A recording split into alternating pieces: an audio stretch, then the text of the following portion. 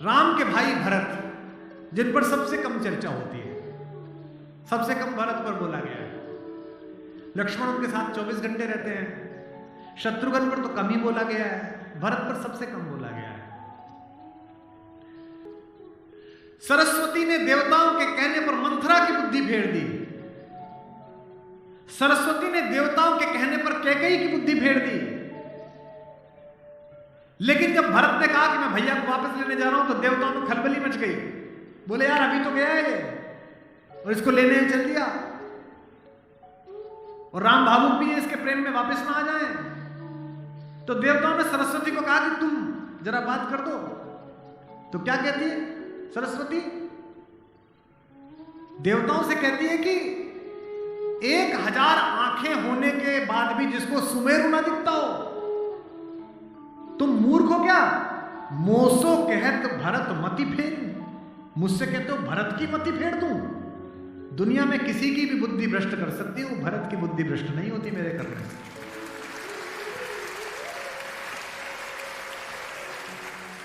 भरत जब भैया को ढूंढते हुए निकले, तो पूरे खानदान को लेकर निकले।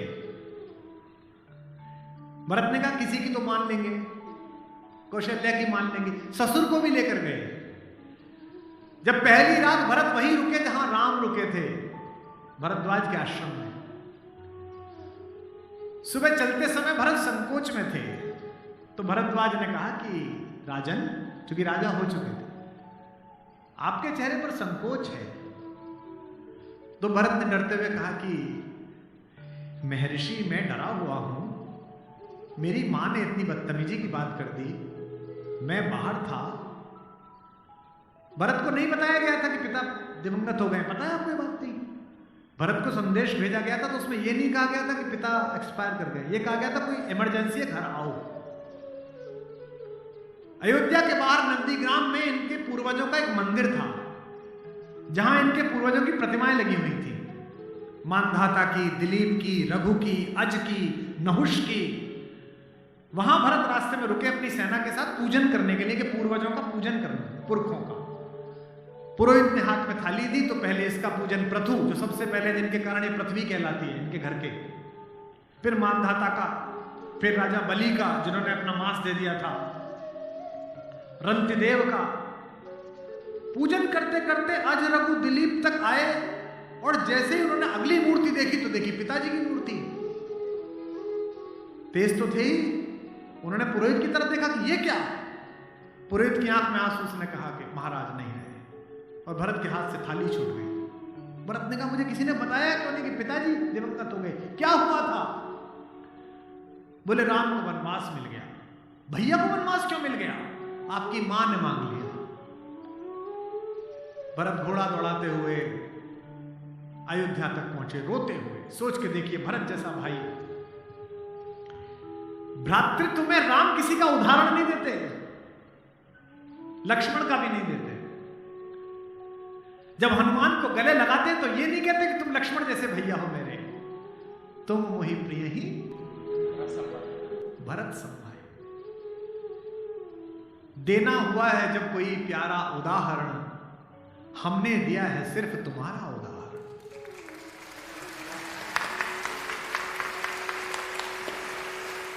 तो भरद्वाज से भरत ने पूछा कि भैया मुझे माफ तो कर देंगे ना,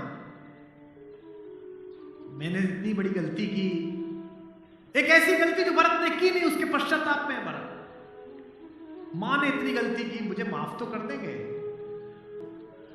भरद्वाज ने कहा हे राजन, मुझे पता नहीं कि तुम्हारे बड़े भाई तुम्हें कितना प्रेम करते हैं या नहीं, लेकिन जब वो यहां से जा रहे थे और सुबह के समय उन्होंने गंगा पार करने के लिए पुरोहित को बुलाकर स्वस्ति वाचन का मंत्र किया, तो बड़े खुश थे, प्रसन्न थे कि मैं वनवास पे जा रहा हूं, चेहरे पे मुस्कुराहट थी। लेकिन पुरोहित ने हाथ में जल दिया, और जैसे ही पुरोहित के मंत्रों के बीच में निकला कि जम्बूद्वीपे भरत खंडे, और जैसे ही भरत सुना, राम के हाथ से जल गिर गया, वो जमीन पर गिर पड़े और हाय भरत चिल्लाने लगे। इतना प्रेम तुम्हें राम करते हैं।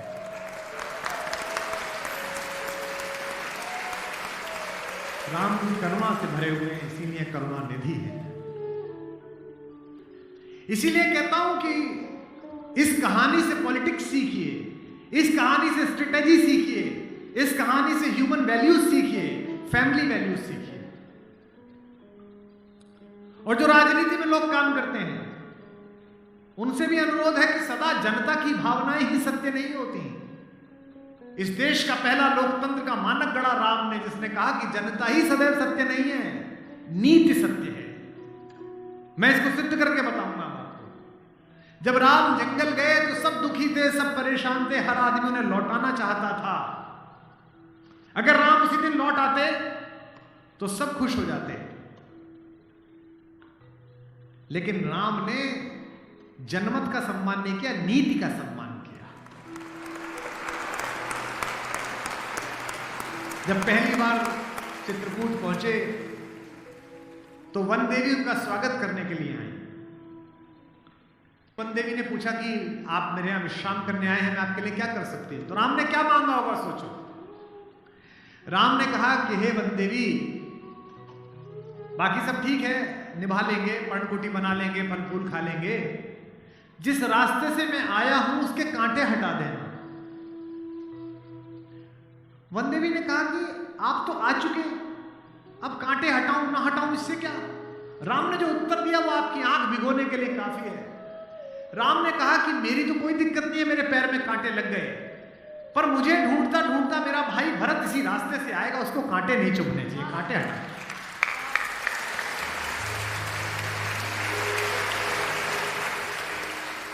तो वन देवी को जिज्ञासा हुई। वन देवी ने कहा कि यथाज्ञा पयति महाराज, हे महाराज, आपने जो आज्ञा दी मैं कर दूंगी। एक छोटी सी मेरी जिज्ञासा है, क्या अयोध्या का राजा, अयोध्या की चतुरंगिणी सेनाओं का सेनापति, दशरथ का पुत्र, राम का छोटा भाई भरत इतना नाजुक है कि रास्ते में चलेगा तो उसके कांटे चुभ जाएंगे?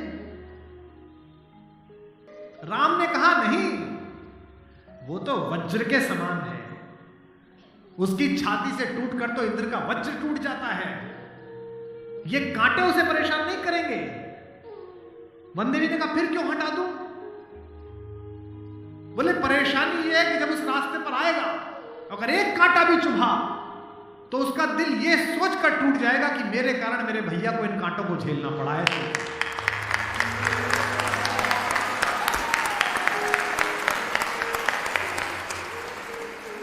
बिना चप्पलों के भरत चले, और जब चले तो भाई मृदु भूमि सकुच मन मन ही, भूमि भी संकोच से भर गई। कोमल चरण चलत बिनु बनहि, कोमल चरण चलत बिनु बनहि, भई मृदु भूमि सकुचि मन मनहि। इसका मतलब ये है कि भगवान स्वयं कष्ट सह सकते हैं, पर जो उन्हें प्रेम करता है वो कष्ट सहे ये उन्हें स्वीकार नहीं है।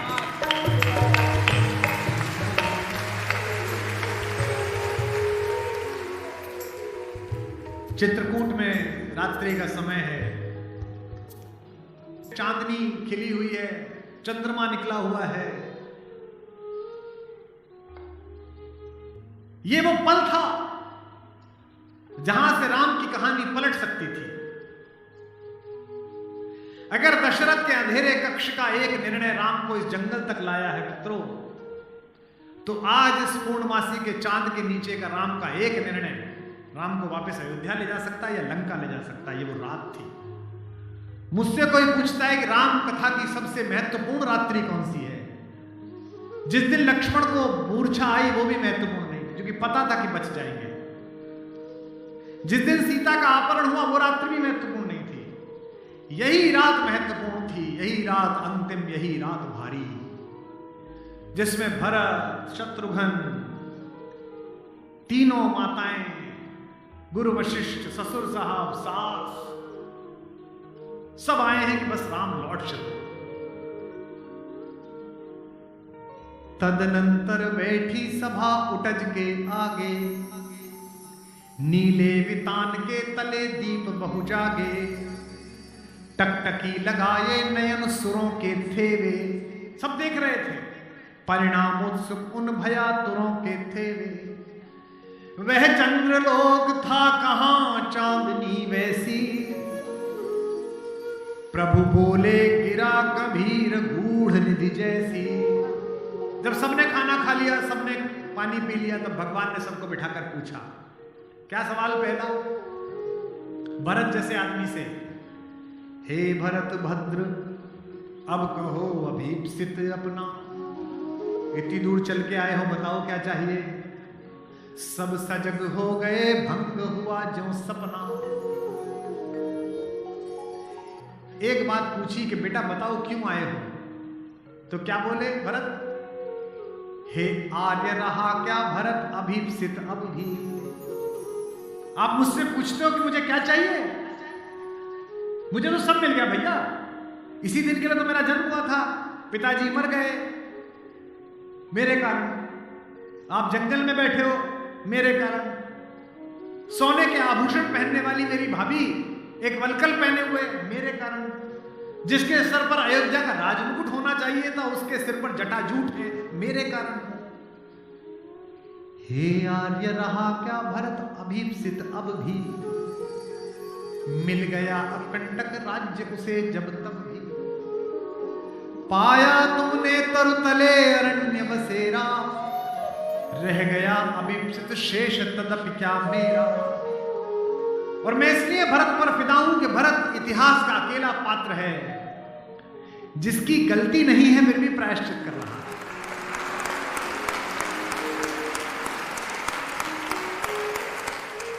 भरत अकेले हैं जिनकी कोई गलती नहीं है, उनकी मां की गलती है और वो प्रायश्चित कर रहे हैं। यहीं से राम का लोकतंत्र प्रारंभ होता है। कैसे? पूरी अयोध्या सोचती है कि कैकेयी अपराधीन है। राम उस रात दो काम करते हैं। भरत को लोकतंत्र का मंत्र देते हैं और कैकेयी को स्वीकार करके क्षमा का मंत्र देते हैं। उन्हें पता था कि अगर भरत लौट भी जाएगा तो जीवन भर मां से बात नहीं करेगा। पूरी अयोध्या इनके नाम पर नाराज रहेगी। इसलिए जब तीनों माएं पहुंची हैं, प्रथम राम भेंटी कैकेयी। राम ऐसे थोड़ी है कि हायरार्की नहीं जानते हो कि पहले अपनी बड़ी मां का प्रणाम करें, फिर सुमित्रा का प्रणाम करें, फिर कैकेयी का प्रणाम करें। उनको पता था कि कैकेयी के बारे में लोगों के मन में अच्छी धारणा नहीं है। अगर देश के प्रधानमंत्री, आपके प्रदेश की मुख्यमंत्री किसी ऐसे व्यक्ति को मिल लें जिसके बारे में आपकी अच्छी धारणा न बन रही हो, तो आपकी धारणा बदलती है कि प्रधानमंत्री मिले थे, मुख्यमंत्री मिली थी, इसका मतलब अच्छा है। अगर ऐसे व्यक्ति की प्रशंसा कर दें, वो तो राम है। उनको पता है कि कैकेयी की मनोदशा कैसी है। और कैकेयी खुद कहती भी है, कहती है बेटे मुझसे जो अपराध हुआ है वो किसी से नहीं हुआ है। कहते आते थे अभी सभी नरदेही, माता न कुमाता पुत्र को पुत्र भले ही। पर हाय आज यह सुने विरुद्ध विधाता, है पुत्र पुत्र ही बनी कुमाता माता। क्या कहती हैं? युग युग तक चलती रहे कठोर कहानी, थी रघुकुल में भी एक अभागिन रानी। थूके मुझ पर त्रैलोक्य भले ही थूके, जो कोई कह सके कहे क्यों चूके। लेकिन एक मार मांगती हूं राम तेरे दरबार में, छीने न भरत का किंतु मातृपद मुझसे। रे राम दुहाई करूं और क्या तुझसे।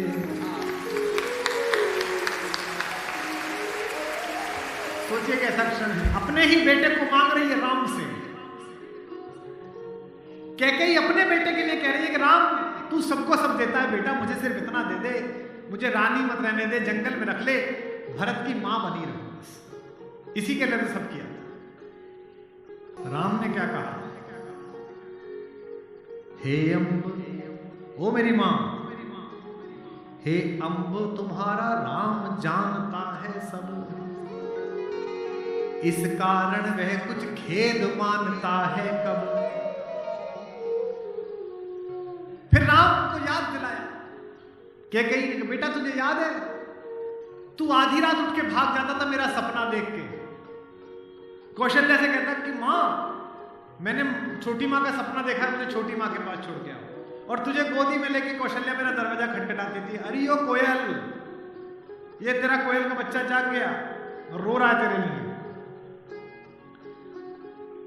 होने पर बहुधा अर्धरात्रि अंधेरी, होने पर बहुधा अर्धरात्रि अंधेरी, जी जी आकर करती पुकार थी मेरी। लो कुहुकुनी, ओ कोयल, लो कुहुकुनी तेरा कुहुक राम यह जागा। लो कुहुकुनी अपना कुहुक राम यह जागा। निज मंजली मां का स्वप्न देख उठ भागा। होने पर बहुधा अर्धरात्रि अंधेरी।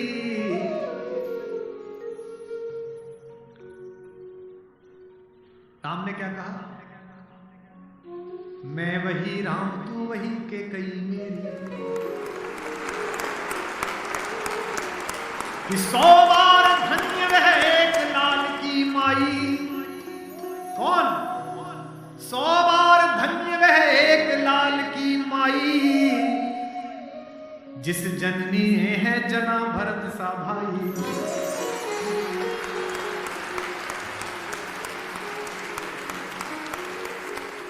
पागल सी प्रभु के साथ सभा चिल्लाई। 100 बार धन्य वह एक लाल की माई। 100 बार धन्य वह एक लाल की माई।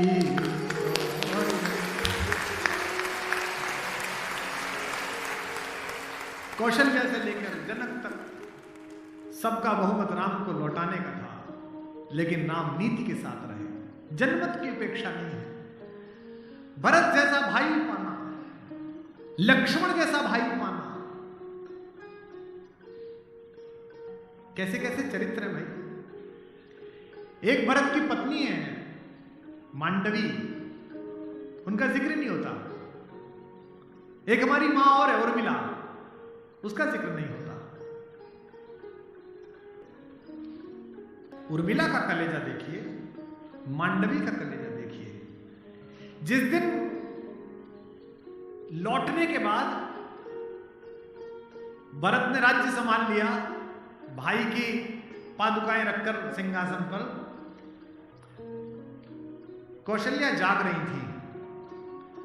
उन्होंने देखा कि ऊपर कोई घूम रहा है, कोई छाया घूम रही है महल में अंतःपुर में। तो वो ऊपर गई तो देखा मांडवी घूम रही थी, भरत की पत्नी। तो कौशल्या ने पूछा कि बेटा तू सोई नहीं? उसने कहा हां मां मैं अभी जाग रही हूं। भरत सो गया होगा बेटा, तो उसके कक्ष में चली जा। तो कौशल्या से मांडवी ने कहा कि मां वो तो है ही नहीं यहां, कहां गया? बोले उन्होंने कहा कि भैया जब तक जमीन पे सोएंगे, भैया जब तक जंगल में रहेंगे, मैं महल में नहीं रहूंगा। वो अयोध्या के बाहर जो नंदीग्राम दिखता है ना, वहां दूर, वहां उन्होंने कुटिया बना लिया, प्राइम मिनिस्टर ऑफिस वहीं बना लिया, वहीं फाइल मंगाते हैं। तुझे नहीं ले गया? संकोच में पड़ी हुई मांडवी ने कहा मां मैंने तो कहा था आप जंगल में अकेले कैसे रहेंगे कुटिया में, मैं सेवा कर दूंगी, ले चलो। उन्होंने कहा नहीं, भाभी राम भैया के साथ चली गई हैं, तीनों माओं को देखने के लिए कोई नहीं है, तुम यहीं रहो, उनकी जिम्मेदारी हम पर है। कौशल्या ने कहा कि बेटा सो जाओ। बोले मां वो उनकी कुटिया दिख रही है, उसमें अभी दीपक जला हुआ है, यानी कि वो अभी काम कर रहे हैं। एक बार वो दीपक मंगल हो जाए, अंधकार हो जाए तो मैं भी जाकर सो जाऊं, ऐसी मां।